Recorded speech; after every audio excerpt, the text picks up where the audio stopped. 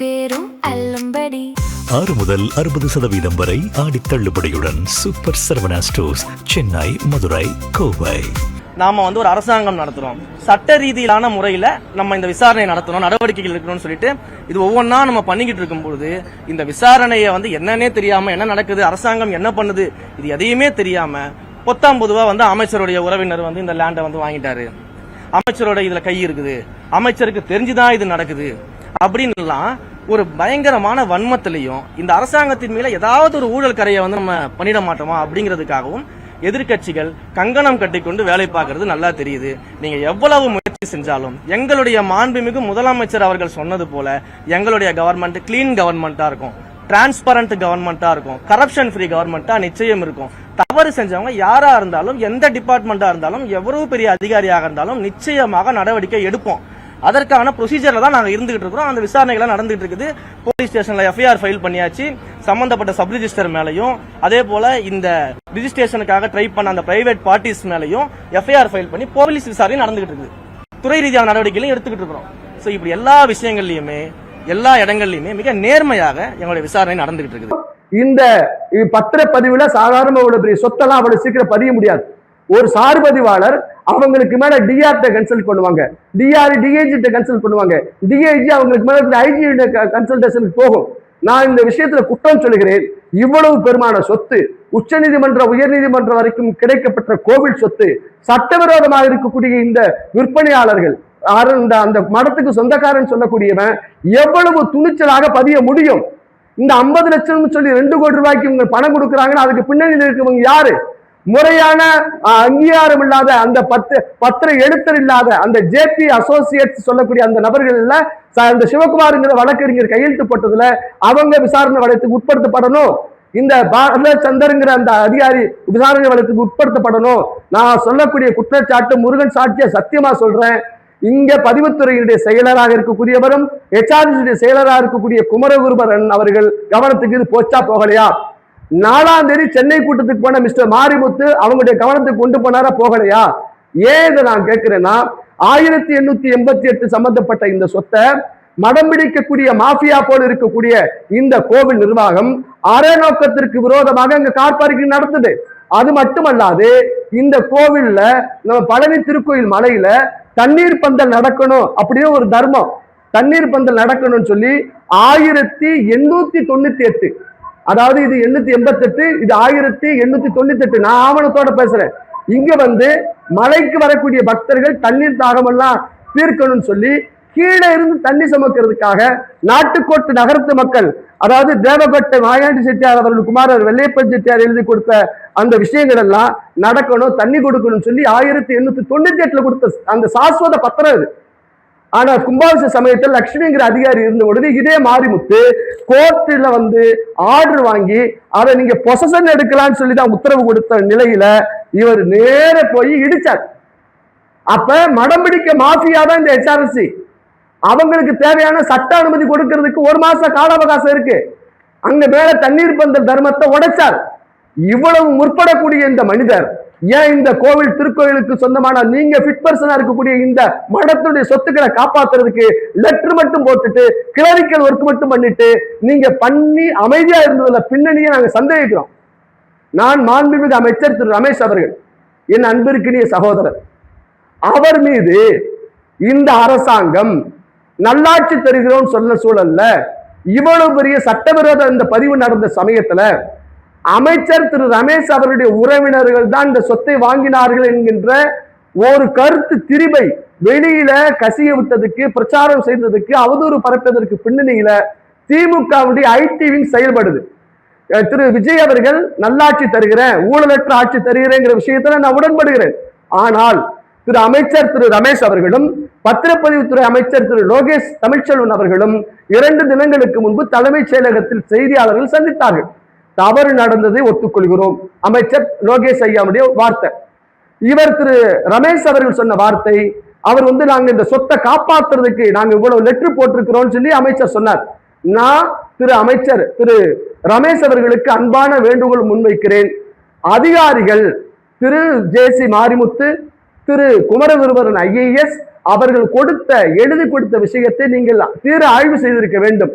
இந்த தூய ஆட்சி நடக்க வேண்டும் என்கின்ற எண்ணத்தில் இருக்கக்கூடிய இந்த அரசாங்கத்திற்கு கெட்ட பெயர் உருவாக்க வேண்டும் என்று சொல்லி உங்கள் உடனே இருந்து கொண்டு உங்களுக்கு விரோதமாக, இந்த அரசுக்கு விரோதமாக கெட்ட உள்நோக்கத்தோடு செயல்படக்கூடிய திரு குமரகுருபரன் IAS, திரு மாரிமுத்து அவர்களுடைய தவறான வழிகாட்டுதலால் நீங்கள் பேசி இருக்கிறீர்கள் என்கின்ற குற்றச்சாட்டை நான் உங்களுக்கு முன்வைக்கிறேன். என்னுடைய வார்த்தை சத்தியமான வார்த்தை. திரு அமைச்சர் ரமேஷ் அவர்களே, நீங்கள் சட்டமன்றத்தில் பேசுகின்ற பொழுது சட்டவிரோதமாக இந்த கோவிலுடைய வருமானத்தை எடுத்து வணிக வளாகம், கல்யாண மண்டபங்கள் கட்டக்கூடாது என்கின்ற விஷயத்தில் 246 கோடி ரூபாய்க்கான அந்த உத்தரவை நீங்கள் அந்த ஆணையை திரும்ப பெற்ற பொழுது முன்னாள் அமைச்சராக இருந்த சேகர்பாபு அவர்களை நீங்கள் சொல்லிய உடனேயே சேகர்பாபு சொன்ன வார்த்தை, இந்த உத்தரவுகளை போட்டதும் இந்த உத்தரவை திரும்ப பெறுவதற்கான உத்தரவு ஆணை பிறப்பிப்பதும் ஒரே நபர் என்ற வார்த்தையை சொன்னார். அது இந்த நபர் யாருன்னா திரு குமரகுருபரன் IAS தான். அதனால திரு குமரகுருபரன் IAS இந்த துறைக்கு செயலராக இருக்கின்ற வரை இந்த அரசுக்கு கெட்ட பெயரே உருவாகும். சொப்னா IAS ஒருத்தங்களை செக்ரட்டரியா போட்டாங்க. உடனே வீரமணி சொன்னார், இந்த இந்து சமய அறநிலையத்துறைக்கு ஒரு பிராமணரை கொண்டு இந்த துறையை கையகப்படுத்துறீங்க. ஏன் இதே குற்றச்சாட்டை திரு அமைச்சர் ரமேஷ் மேலேயும் வீரமணி சொன்னார். சொப்னா IAS என்கின்றவங்க நேர்மையானவங்க, இந்த துறையில் நடந்த ஊழல்களை வெளிக்கொண்டு வந்துருவாங்கிற அச்சத்தின் வெளிப்பாடாக ஒரு சில இந்து சமய அறநிலையத்துறை அதிகாரிகளுடைய தூண்டுதலால அந்த அம்மா பதவிக்கு வந்து 3-4 நாட்கள்ல மாற்றப்பட்டாங்க. இப்ப திரு குமரகுருபரன் IAS தான் இந்த 3 துறைக்குமே நான் செயலர்னு சொல்லிட்டேன். நான் சொல்லக்கூடியது சத்தியமான வார்த்தை. இந்த பாருங்க, திரு மாரிமுத்துக்கு என்னைக்கு பதவி உயர்வு கிடைக்குது? 3/7. அவர் பதவி உறுதிப்பாடு 9/7. அப்ப அவருடைய பதவியை கன்ஃபார்ம் பண்ணிட்டு தான் இந்த லெட்டர் எல்லாம் கொடுக்கிறார் மாரிமுத்து. அதனால திரு அமைச்சர் ரமேஷ் அவர்கள் இந்த விஷயத்துல அதிகாரிகள் சொன்னாலும் நீங்கள் தீர ஆராய வேண்டும் என்கின்ற உறுதிப்பாட்டை நான் உங்கள்கிட்ட வேண்டுகோளா நான் முன்வைக்கிறேன். இங்க நீங்க வந்தீங்க, மக்களுக்கு தரிசனத்துக்கெல்லாம் நின்னீங்க, அதெல்லாம் நான் வரவேற்கிறேன். ஆனால் மேலும் இந்த திருக்கோயில்ல பல நல்லது செய்ய வேண்டியிருக்கு. இந்த கிரிவீதியை முழுக்க அடைச்சிருக்கிறாங்க. கோர்ட்டு கொடுத்தது, நீதிமன்றம் உத்தரவு என்னன்னா ஆக்கிரமிப்புகளை அகற்ற வேண்டும், வணிக நோக்கத்தோடு எதுவும் செயல்படக்கூடாது, அப்படித்தான் இருக்கணும். ஆனால் இந்த மக்களுடைய வழித்தடங்களை நீங்க அடைக்கிறதுக்கு உங்களுக்கு இடம் இல்லை. இது 1963 நம்முடைய தீர்மானமும் இருக்கு. அது தவிர்த்து கோர்ட்ல இதை அடைக்கணும்னு சொல்லவே இல்லை. அதனால இந்த அடைக்கப்பட்ட வழித்தடங்களை திறக்க வேண்டும். கிரிவல பாதை இந்த மலை முழுக்க ஏதோ முள்வேலி முகாம் மாதிரி இருக்கு, அப்படி இருக்கக்கூடாது. மக்களுக்கும் கோவிலுக்குமான உறவுகளை நீங்க அந்நியப்படுத்தாதீங்க. சரி, வணிகம் கூடாதுன்னு சொன்னீங்க, நீங்க ஹோட்டல் நடத்துறீங்க, பஞ்சாமிர்த கடை நடத்துறீங்க, இதே தனிநபர்கள் செய்து அது வணிகம் தானே. அதனால மக்களுடைய விஷயத்தில் நீங்கள் தயவோடு இந்த விஷயத்தை நீங்க கன்சிடர் பண்ணணுங்கிற வேண்டுகோளை நான் முன் வச்சுக்கிறேன். மூணாவது, திரு மாரிமுத்து அவர்கள் பதவி உயர்வு பெற்ற உடனே அவர் செய்த அளப்பரிய சாதனை எல்லாம் சொல்லி பெரிய விளம்பர பலகைகள் வச்சிருக்கிறாங்க. திரு மாரிமுத்து அவர்கள் ஒரு சாதனையும் செய்யவில்லை. இந்த ஆக்கிரமிப்பு எடுக்கப்பட்டதற்கு நீதிமன்ற உத்தரவு. நான் மாரிமுத்து என்னுடைய இனிய நண்பர் தான். அதே நேரத்தில் அவர் செய்த தவறுகளை நான் சுட்டிக்காட்ட வேண்டிய பொறுப்பு ஒரு முருக பக்தனான எனக்கு இருக்கு. ஏன்னா கோயில் பணத்தை சட்டவிரோதமாக ஆண்டிவட்டியில கல்யாண மண்டபம் கட்டுறதுக்கும், கன்னிமந்தியத்துல கல்யாண மண்டபம் கட்டுறதுக்கும், அப்புறம் உத்தமபாலத்துல கட்டுறதுக்கு முயற்சித்த போது அதை எதிர்த்து வழக்கு தொடுத்தவன் நானு. அப்ப கோர்ட்டில் சொல்றாங்க ராம ரவிக்குமாருக்கு அந்த ஊருக்கு சம்பந்தம் இல்லைன்னு சொன்ன பொழுது பக்தராக இருக்கக்கூடிய யார் வேண்டுமானால் வழக்கு தொடுக்கலான்னு மாண்புமிகு நீதியரசர் SM சுப்பிரமணியம் ஐயா சொன்னாங்க. இப்ப திரு மாரிமுத்து அவர்கள் நல்ல மனிதராக இருந்தா என்ன செய்யணும்? இப்ப செல்போன் பேசக்கூடாதுன்னு எங்களை குற்றம் சொல்றாரு. எங்களை மீன்ஸ் பக்தர்களுக்கு தடை, ரைட்? இப்போ பக்தர்களுக்கு செல்போன் தடை விதிக்கிறதுக்கு இந்த உத்தரவு போடக்கூடிய இந்த நிர்வாகம் அதிகாரிகள் கைகளில் செல்போன் இருக்கா இல்லையா? அர்ச்சகர்கள் கைகளில் செல்போன் இருக்கா இல்லையா? அங்கே வேலை செய்யக்கூடிய அந்த தனியார் செக்யூரிட்டி, தனியார் பாதுகாவலர்கள் கையில செல்போன் இருக்கா இல்லையா? ஏன் செல்போனை தடுத்தாங்கன்னு சொன்னா மேல நடக்கக்கூடிய அநியாயங்களை யாராவது உங்களை போல எங்களை போல இருக்கிற ஒவ்வொரு மனிதனும் பத்திரிகையாளர் போல செயல்பட்டுருவாங்கிற அச்சத்தின் வெளிப்பாடு. நான் செல்போன் கொண்டுட்டு போய் அங்க மேல சாமி கும்பிடணுங்கிற விஷயத்தை நான் ஏத்துக்கல. செல்போன் நான் கொண்டு போகல. அதற்கு நீங்க மாற்றா என்ன செய்யணும்னு சொன்னா மேல படக்கடை இருக்கு, பஞ்சாமிரத கடை இருக்கு, ஆபீஸ் நிர்வாகம் இருக்கு, அந்த போட்டோ எடுக்கிறதுக்குன்னு சொல்லி ஒரு தனியாருக்கு டெண்டர் விட்டு அவனுக்கான கால அவகாசம் முடிஞ்சும் அந்த தனியார் போட்டோ எடுத்து வசூல் செய்யக்கூடிய வேலைக்கு தான் நீங்க எங்களை தடை விதிக்கிறீங்க. அதற்கு மாற்றாக மலைக்கோயில்ல செல்போன் டெபாசிட் கவுண்டர், இந்த கைபேசி வைப்பகத்தை ஒண்ணு வச்சா குறைஞ்சு போயிருப்பீங்களா? இடமில்லைன்னு பொய் சொல்றாரு நிர்வாகம். யாரு? இதே மாரிமுத்து எனக்கு தெரிவிச்சிருக்கிறார். இன்னொன்னு, நம்முடைய பத்திரிகையாளர் சகோதரர்கள் ஒரு சில பேர் குற்றங்களை அவங்க கவனத்துக்கு கொண்டு வந்து அவங்க மேல புகார் தெரிவிக்கிறீங்க. என்னுடைய கேள்வி, குற்றம் சொல்பவன் உங்களுக்கு நண்பனாக நீங்க பாருங்க. பத்திரிகையாளர் தப்பா போட்டுட்டாரு, ஒரு செய்தி நிறுவனம் தவறாக சொல்லிருச்சுன்னு உடனடியாக புகார் தெரிவிக்கக்கூடிய திரு மாரிமுத்து நிர்வாகம், அரசு நிர்வாகம் தான், மாரிமுத்து நிர்வாகம் கிடையாது. ஏன் இந்த 2/7/2026 இப்படி தடை கொடுத்திருக்கேன்னு ஒரு பிரஸ் ரிலீஸ் விட்டுருந்தா இந்த பதிவு நடந்திருக்குமா? சரி, இதுல ஜஸ்டின் மணிகண்டன் மட்டும் குற்றவாளி அல்ல. ஜஸ்டின் மணிகண்டனுக்கு முன்பு இருந்த அந்த பாலச்சந்தர், அவரை விசாரிக்கணும். ஏன் இது வரைக்கும் இந்த வித்தவனும் வாங்கணும்னு கைது செய்யப்படல? அப்பதான் எனக்கு அழுத்தம் வருது. நேற்று இந்த டிஸ்ட்ரிக்ட் ரெஜிஸ்ட்ரார் சசிகலா சஸ்பெண்ட் செய்யப்பட்டிருக்காங்க. இந்த ஆனந்தனுடைய போன் உரையாடலாம் பார்க்கணும். ஆட்சி மாறியும் காட்சி மாறலங்கிற குற்றச்சாட்டை நான் சொல்றேன். காரணம் என்னன்னா, 27/3/2026 இருந்ததும் இதே அதிகாரிகள், புதிய அரசு பதவியேற்ற பிறகும் இருக்கக்கூடிய அவர்கள் இதே அதிகாரிகள் தான்.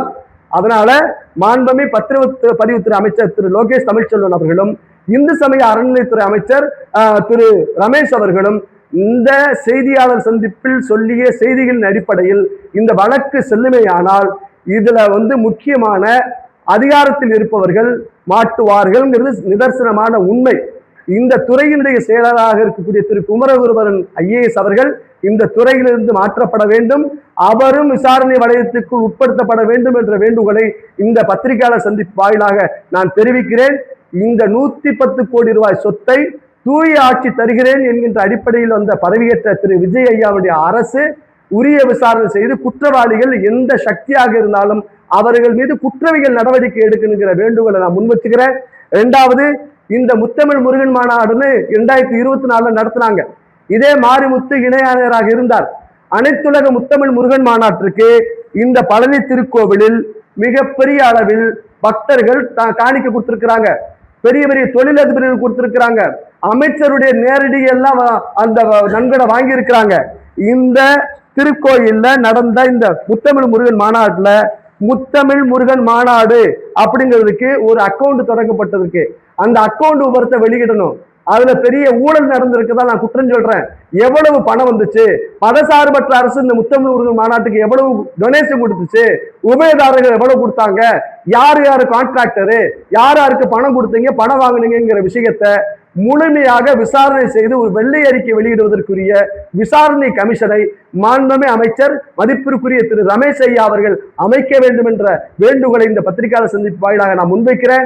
இது போன்ற ஊழல்கள் நடக்கும் பட்சத்தில், சட்டவிரோதமாக நடக்கும் பட்சத்தில் நீதி விசாரணை மட்டுமல்ல, இந்த CBCID விசாரணையில எந்த விதமான அரசியல் அழுத்தங்களும் இல்லாமல் விசாரணை நடக்க வேண்டும் என்கின்ற செய்தியை நான் முன்வச்சுக்கிறேன். மூணாவது ஒரு செய்தியை நான் சொல்றேன். இந்து சமய அறநிலையத்துறை ஆணையராக IAS திரு வினய் அவர்கள் இருக்கிறார்.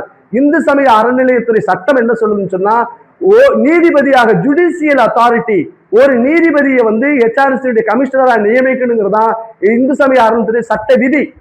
அந்த இந்து சமய அறநிலையத்துறைக்கு ஒரு நீதிபதி ஒருவரை ஆணையராக நியமனம் செய்தால் ஒரு ஜுடிஷியல் பவர், அவற்றை எந்த அரசியல் அழுத்தம் போகாது, பட்சபாதம் இல்லாம, ஒரு சார்பு நிலை இல்லாத, அரசியல் அழுத்தங்கள் இல்லாத ஒரு அருமையான பணி நடக்கும்.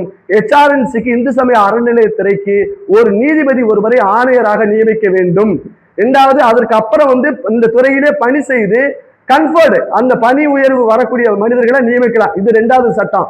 மூணாவது தான் சொல்லுது, இந்திய ஆட்சி பணியில் இருக்கக்கூடிய IAS இந்த துறைக்கு செக்ரட்டரியா நியமிக்கலாம், ஆணையரா நியமிக்கலாம்னு வருது.